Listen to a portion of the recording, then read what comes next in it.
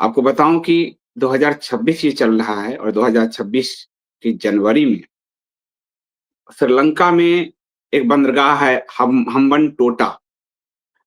हम्बनटोटा बंदरगाह जो है वो पूरी तरह से श्रीलंका ने चीन के नियंत्रण में दे दिया है, चीन के पास।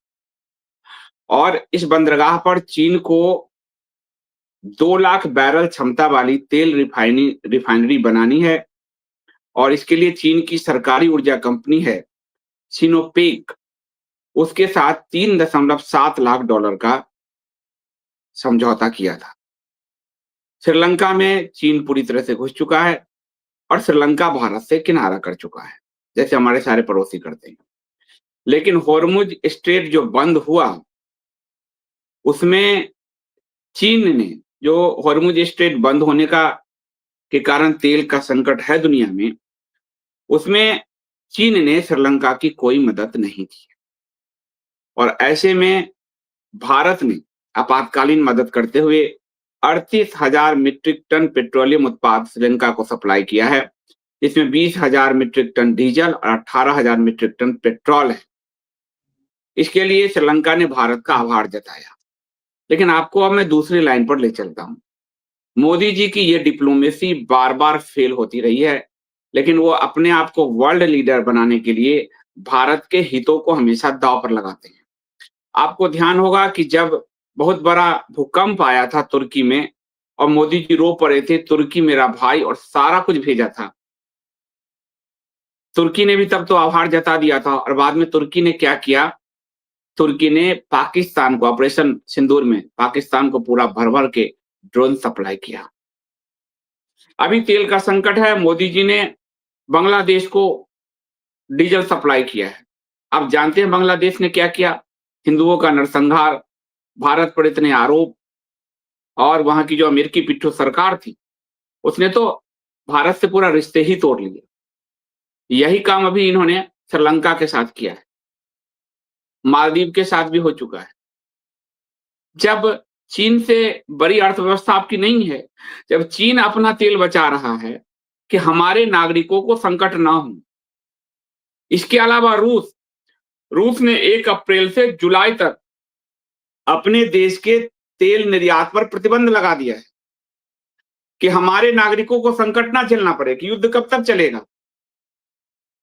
इसलिए अब वो तेल का निर्यात नहीं करेगा, रूस ने घोषणा की है। चीन की बड़ी अर्थव्यवस्था है, हॉर्मुज से ईरान का वो सहयोगी है, ईरान आराम से आने दे रहा है, इसके बावजूद वो अपने तेल नहीं दे रहा है। लेकिन ये जो प्रधानमंत्री हैं, इनको कोई भी वर्ल्ड लेवल पर अब सीरियस नहीं लेता। लेकिन ये भारत के नागरिकों के हितों को दांव पर लगाकर 38,000 मीट्रिक टन पेट्रोलियम उत्पाद श्रीलंका को दे दिया है। आपको बताया, तुर्की, बांग्लादेश, सब जगह इनको मुंह की खानी पड़ी है। इनकी कोई डिप्लोमेसी नहीं है, इनका कोई विदेश नीति नहीं है, सिवाय फोटो, हंसना, वीडियो, और कहीं मेरी खबर छपे कि भारत ने ये मदद की, दुनिया हमको देखे, और दुनिया रिस्पेक्ट ही नहीं कर रही। देश के नागरिकों के लिए देश पहले होता है। जो तेल उत्पादक देश है रूस, वो अपना तेल रोक रहा है, लेकिन जो 85% तेल दूसरों से खरीदता है, वो बांट रहा है। भारत के नागरिकों के साथ कितना ये छल करेंगे, इसका कोई अंत नहीं दिख रहा। अरे चीन को तुमने वो बंदरगाह दिया है, श्रीलंका ने भारत को तो नहीं दिया।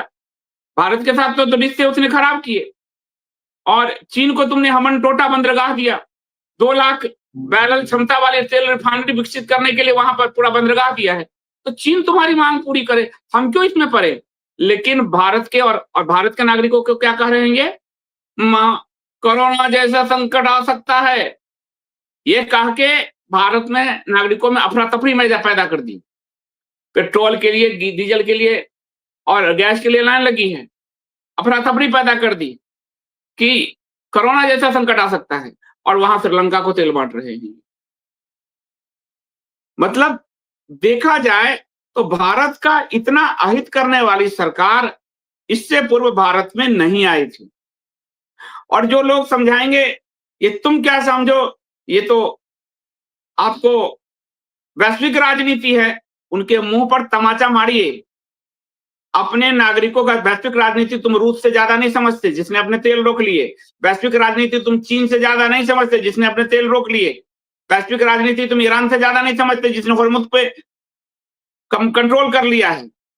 वैश्विक राजनीति तुम तुर्की ने हमें हुड़की दिया, बांग्लादेश हुड़की दे रहा है, और तुम कहोगे ये जो ग्लोबल पॉलिटिक्स से आप नहीं समझेंगे। देश का इतना ज्यादा, अब देश के नागरिकों के सामने तेल का जब संकट आएगा, तो आप देखिएगा ये आदमी बढ़ा देगा दाम। ये आदमी कहेगा कि तुम 2 वक्त नहीं खाना खाओ, झाल पीटो, मजीरा पीटो, जैसे कहा था मजीरा पीटो, तो लोग पागलों की तरह मजीरा पीट रहे थे, हम भी पीट रहे थे। मजीरा पिटवा ही दिया हम सबसे। उसी तरह की स्थिति आएगी देश में, और इनको राजनीति कर कोई, अगर आपको श्रीलंका सम्मान देता तो पड़ोस में हो, बंदरगाह आप भारत को देता। कोई आपका सम्मान नहीं करता महोदय, कोई नहीं, और आपके कारण भारत का कोई सम्मान नहीं कर रहा। वो समझ रहा है कि भारत के नागरिक कैसे मूर्ख है कि अपने हितों को दांव पर लगाने वाले पार्टी और नेता के साथ खड़े हैं।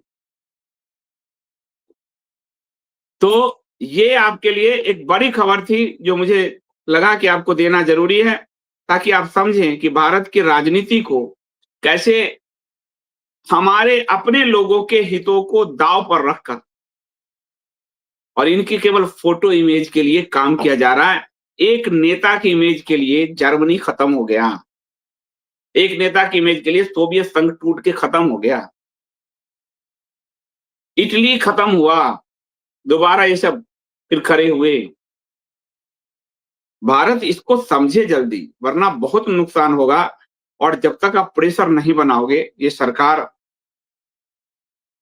अपने सिर्फ एक व्यक्ति के फोटो वीडियो के लिए ये पूरी सरकार लगी। अब देखिए मंत्रियों को देख लीजिए, मंत्री केवल tweet retweet tweet retweet tweet retweet यही करते रहते हैं, मंत्रियों का कोई काम नहीं। तो इसको समझना बहुत जरूरी है।